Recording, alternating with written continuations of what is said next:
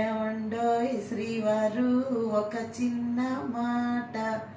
Wish you happy birthday అండి. ఇవాళ మీ షష్ఠి పూర్తి, అంటే మీకు 60 ఏళ్ళు నిండే అన్నమాట. ఈ 60 ఏళ్ల సుదీర్ఘ ప్రయాణంలో నేను 33 ఏళ్ల పాటు మీ సహచరిగా, జీవిత భాగస్వామిగా ఉండడం నా అదృష్టం. 90 నుంచి 35 ఏళ్ల పరిచయం మనకి. మీకు లాలో మీ జూనియర్గా చదువుకున్నాను. తర్వాత 92లో మన వివాహం అయ్యి నేటికి ఈ మే 6వ తారీఖుకి 33 సంవత్సరాలు పూర్తవుతుంది. ఈ 33 సంవత్సరాల్లో మీతో ప్రయాణం చేసిన రోజులు, ప్రతి ఒక్క రోజు కూడా ఒక ప్రత్యేకమైన రోజుగా నేను చెప్పగలను. ఎందుకంటే నాకు తెలియని ఎన్నో విషయాలు మీ వల్ల, మీతో ఉండి నేర్చుకోగలిగాను. పెళ్ళికి ముందు శ్రీకాకుళం అనే ఊరు శ్రీకాకుళం తప్ప ఇంకే ప్రపంచమో మాకు తెలియదు. తర్వాత పెళ్ళైన తర్వాత మీతో కలిసి ఎన్నో ఊర్లు, ఎన్నో క్షేత్రాలు, తీర్థాలు, విదేశం కూడా వెళ్ళి వచ్చాను. తర్వాత పిల్లలు పుట్టాక పిల్లల్ని ఎలా పెంచాలి, పిల్లలతో ఎలా ఉండాలి అన్న విషయాలన్నీ కూడా మీరు నాకు ఎప్పటికప్పుడు చెప్తూ ఎలా చేయాలి, వాళ్ళతో ఎలా టైం స్పెండ్ చేయాలి, వాళ్ళని మంచి విద్యార్థులుగా, మంచి పిల్లలుగా ఎలా తీర్చిదిద్దాలి చెప్పేవారు. అలాగే ముందు అసలు మన పెళ్ళి ఎలా జరిగింది అంటే, నేను ఒక ఉమ్మడి కుటుంబంలో పుట్టి పెరిగిన దాన్ని అవడం వల్ల మీ కుటుంబంలో కూడా చక్కగా కలిసిపోయి మీ అందరితో కలిసిమెలిసి ఉంటాననే అభిప్రాయంతో మీరు మీ పెద్దవాళ్ళకి చెప్పారు ఆ అమ్మాయి అంటే ఇష్టం చేసుకుంటాను. అలాగే నేను కూడా ఆలోచించింది ఏంటంటే, నేను మా నాన్నగారికి 5 ఆడపిల్లల్లో 2వ దాన్ని. అప్పట్లో ఇంకా కట్నాలు అన్నీ కూడా ఉండేవి.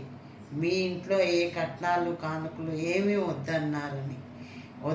అక్కర్లేదని తెలిసి మా నాన్నగారికి మంచి అల్లుడు అవుతారని అనిపించి, ఇవన్నీ కొంత మా నాన్నగారికి భారం తీరుతుందనే అభిప్రాయంతో నేను, మా అమ్మగారు, మా నాన్నగారు వాళ్ళకి చెప్పి, ఈ విధంగా మన పెద్దలందరూ నిర్ణయించుకొని వాళ్ళు నిర్ణయించిన ముహూర్తానికి మన పెళ్ళి 1992 మే 6వ తారీఖున జరిగింది.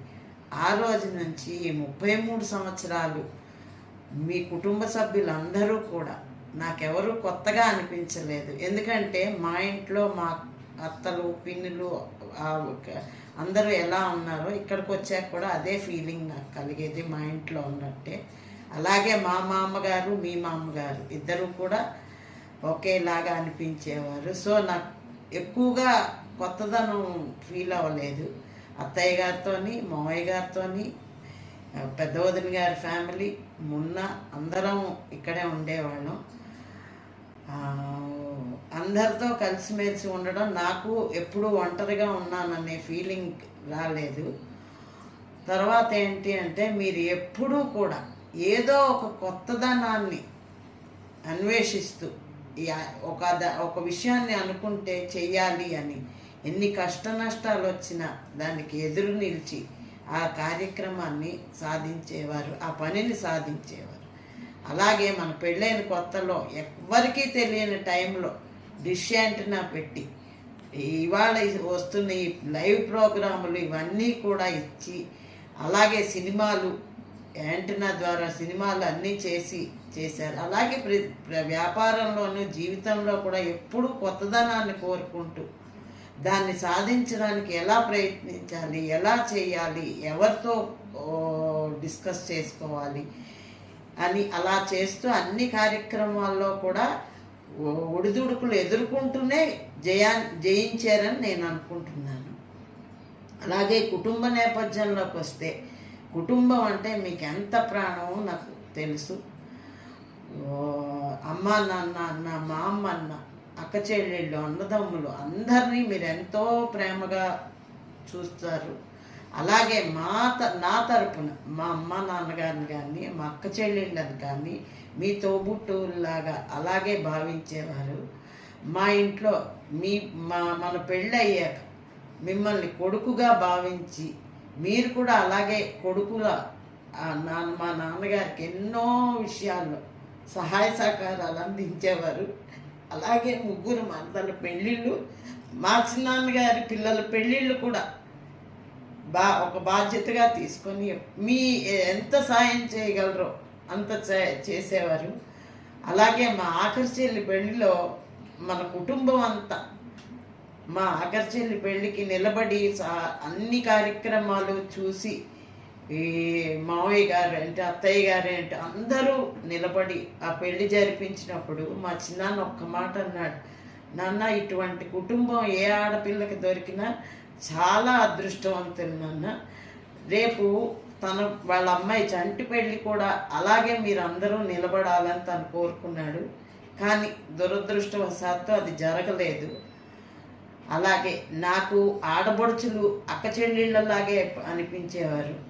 వాళ్ళందరితో కూడా నా ప్రయాణం ఎంతో హాయిగా సాఫీగా జరిగింది. మీరు ఎంతటి ఇంటికి ఎంత ఇంపార్టెన్స్ ఇచ్చేవారో సమాజానికి కూడా అంత ఇంపార్టెన్సే ఇచ్చేవారు.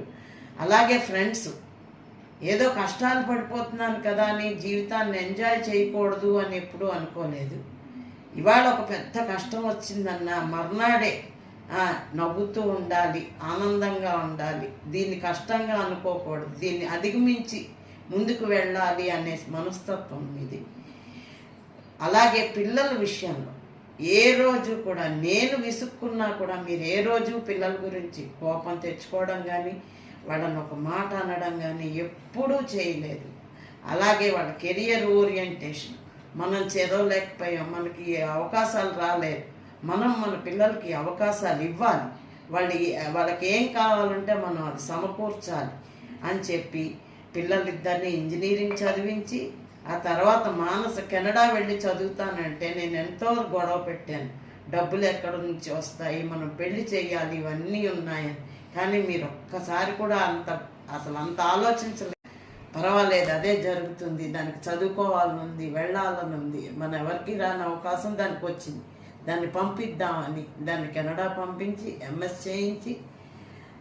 అలాగే వాళ్ళ పెళ్ళిళ్ళ విషయం కూడా మీరు ఎప్పుడూ కూడా వాళ్ళు చెప్పిన దాన్ని ఆలోచించుకుని ఓకే ఈ విధంగా ముందుకు వెళ్ళడం వల్ల నష్టమేమీ లేదు, వాళ్ళు మంచి డెసిషన్ తీసుకున్నారు, వాళ్ళు ఇష్టపడిన పిల్లలతో పెళ్లి చేయాలి, అప్పుడు వాళ్ళ జీవితం బాగుంటుంది అని మీరు నిర్ణయం తీసుకున్నారు.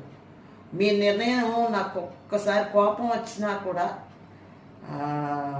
మున్ని పెళ్లి విషయంలో మున్న అడిగితే ఒకటే చెప్పాను, ఆయన ఏ డెసిషన్ తీసుకున్నా నేను ఆయనకి తోడుగా నిలబడతాను అని.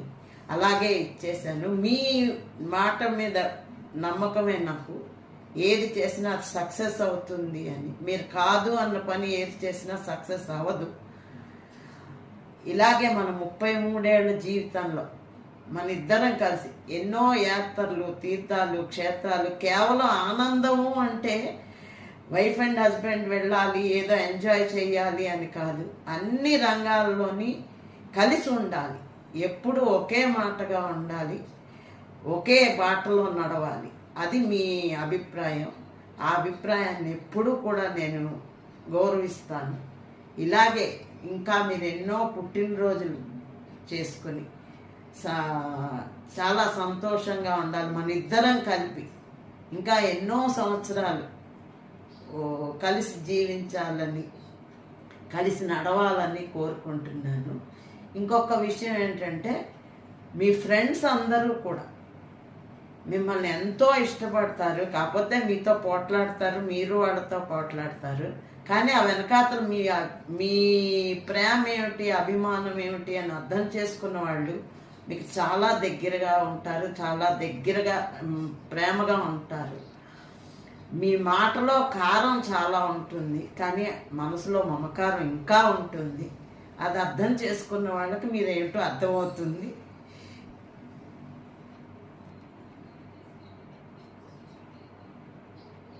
ఇంకా చాలా చెప్పాలంది, టైం అంతా నేనే తీసుకుంటాను అనుకుంటాను.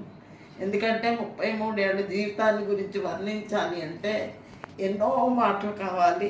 కాబట్టి ఆ భగవంతుడు నాకు ఇచ్చిన వరం ఇంత మంచి ఇంట్లో కోడలుగా రావడం, మీకు భారీగా రావడం.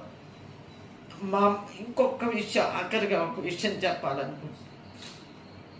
ఏ ఆడపిల్లలు, కేవలం ఆడపిల్లలే ఉన్న తల్లిదండ్రులకి అల్లుడు కొడుకుగా అయితే ఎంత ఆనందం ఉంటుందో అది అనుభవిస్తే కానీ చెప్పలేము. మా అమ్మ మా నాన్నగారికి మీరు అలాగే కొడుకులా నిలబడ్డారు. వాళ్ళ కష్టంలోనూ సుఖంలోనూ ఎప్పుడూ చేదోడు ఆదోడుగానే ఉన్నారు. అలాగే ఇప్పుడు మా అమ్మని నాకన్నా ప్రేమగా మీ అమ్మగారు అత్తయ్య గారిని ఎలా చూసుకున్నారో అలా అంతకన్నా ఎక్కువగానే మా అమ్మని చూస్తున్నారని నాకు అనిపిస్తుంది. ఎందుకంటే కొడుకుగా చూడడం బాధ్యత, కానీ అల్లుడిగా చూడడం అనేది అది ఏమనాలో కూడా దానికి సరి అయిన పదం కూడా నాకు తెలీదు.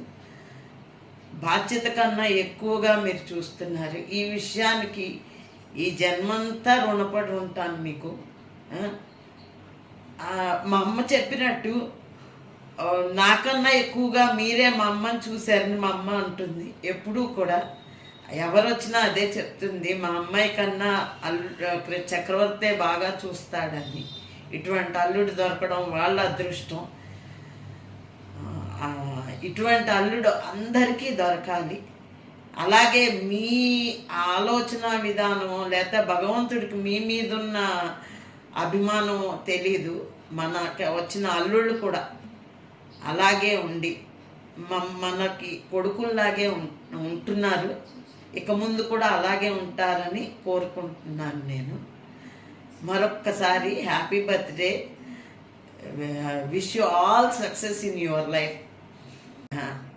మన జీవితం ఇంకా 3 పువ్వులు 6 కాయలుగా సాగాలని ఎంతో మనస్ఫూర్తిగా కోరుకుంటున్నాను. ఆ భగవంతుడు మనిద్దరికి ఆయురారోగ్య ఐశ్వర్యాలు ఇవ్వాలని, ఎప్పుడు కలకాలం తోడు నీడగా ఉండాలని కోరుకుంటున్నాను. Thank you. మన పెళ్ళైన కొత్తలో సంక్రాంతికి శ్రీకాకుళం వెళ్ళినప్పుడు ఎప్పుడు కూడా ఏదైనా పండగ వచ్చింది అంటే పాపం ఆడవాళ్ళందరూ కూడా వంటింట్లో వంట వండుకుంటూ ఉండడం, ఏవో పనులు చేసుకున్నంత అయిపోయేది. మాకు ఎప్పుడు రిఫ్రెష్మెంటు ఎంజాయ్మెంటు తెలిసేది కాదు.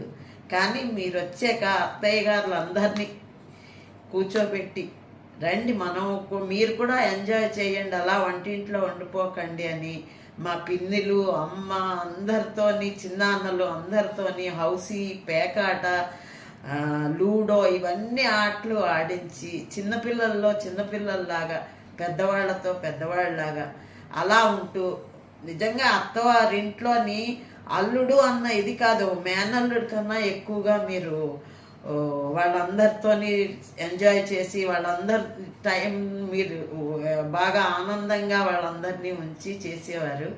అలాగే పిల్లలతోని ఎప్పుడూ కూడా పిల్లల్ని కసరడం కానీ దెబ్బలాడడం, వాళ్ళకి చెప్పాలి ఒక విషయం అంటే ఎంతో సాఫ్ట్గా ఎంతో దీనిగా చెప్తారు, వాళ్ళకి అర్థమయ్యే విధంగా. కాకపోతే ఒక్కొక్కసారి మీరు చెప్పేది కరెక్ట్గా వెళ్ళకపోయినప్పుడు వాళ్ళు బాధపడతారు. కానీ వాళ్ళని మళ్ళీ మీ దారిలోకి తెచ్చుకొని వాళ్ళు మళ్ళీ మీరు మామయ్య, పెద్దనాన్న గారు, చిన్న బాబాయ్ గారు అని పిల్లలందరూ కూడా మీ చుట్టూ చేరి ఎంతో వాళ్ళు హ్యాపీ ఫీల్ అవుతారు. చక్రవర్తి బాబాయ్ గారు వచ్చారా, అబ్బా ఎంతో ఎంజాయ్మెంట్ అని.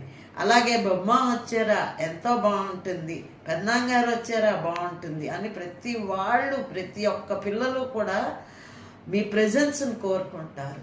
ఎక్కడున్నా కూడా మీ ఒక మార్కు సంతోషం అనేది మీరు అందరితోని కలిసి పంచుకుంటారు. ఇది నేను చెప్పదలుచుకునే ఇంకొక విషయం.